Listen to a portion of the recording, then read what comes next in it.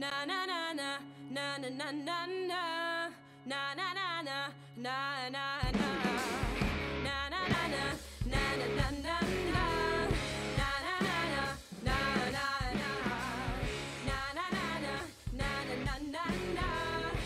Now, I will confess to you that although I've heard of chronic fatigue syndrome, I don't have expertise in it.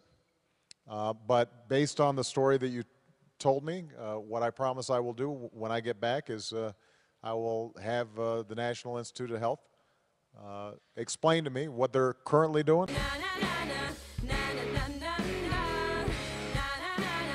I'm worth more than $3.64. So here's the $3.64.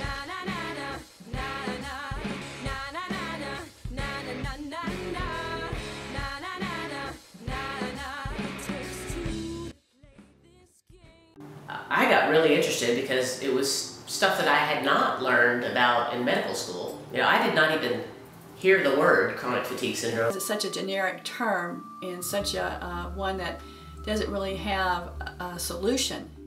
If you have a simple, easy test you can do that says, yes, you have chronic fatigue, or no, you don't. We don't have anything like that. The doctor took us to many specialists, and he couldn't function in school. He had to drop out of school and get homebound teaching. And then there's people who, you know, it's been a week since they've been out of bed, and this may have been the first place that they've come to. Many of my patients with chronic fatigue syndrome can't work. About half of them can, about half of them can't. The biggest thing is that there is hope for these people. NIH must use their God-given brains to attack this illness.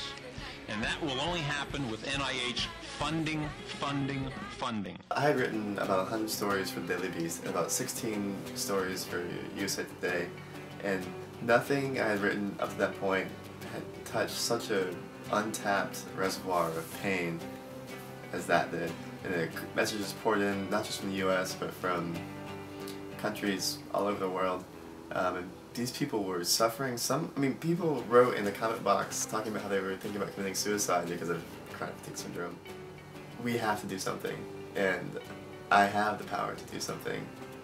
Just to be involved and socially, I'm very interested in social justice issues, and this is my way of helping. So we're asking you to help us on this journey. If you donate $25, we will give you a free copy of the movie on a DVD or through Netflix, Hulu, iTunes, or Amazon Video on Demand.